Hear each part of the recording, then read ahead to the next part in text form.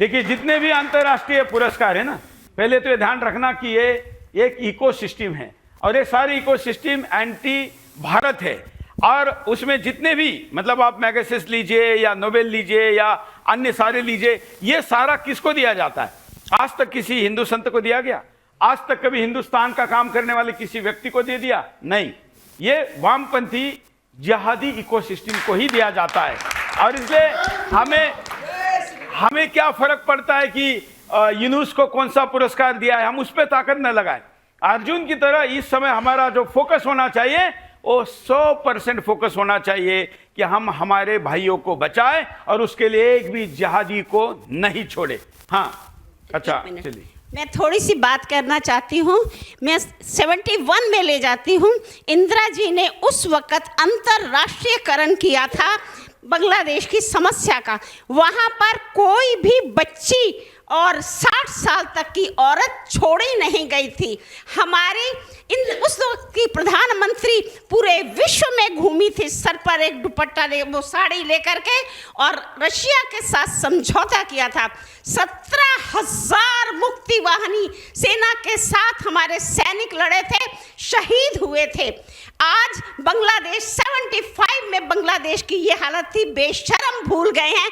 क्या खाने की इनकी नौबत आ गई थी, पेट्रोल महंगा हो गया था।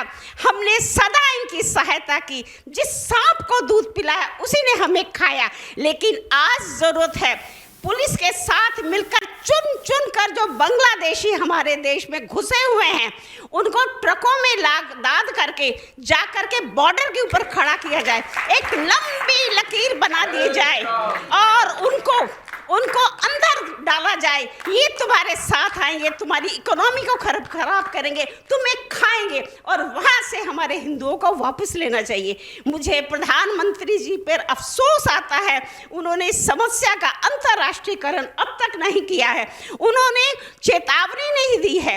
अभी भी अडानी की बिजली वहाँ जा रही है, उसको अंधकार में डुबो दिया जाएगा जिस दिन।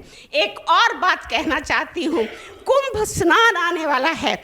मुझे याद है जब पहला स्नान होता है, बाबा इस तरह से माँ गंगा की तरफ भागते हैं जैसे आत्मा परमात्मा की तरफ से मिलने जा रही है। और यही बाबा त्रिशूल उठा करके लड़े भी हैं देश के धर्म के लिए, सनातन के लिए। हाँ।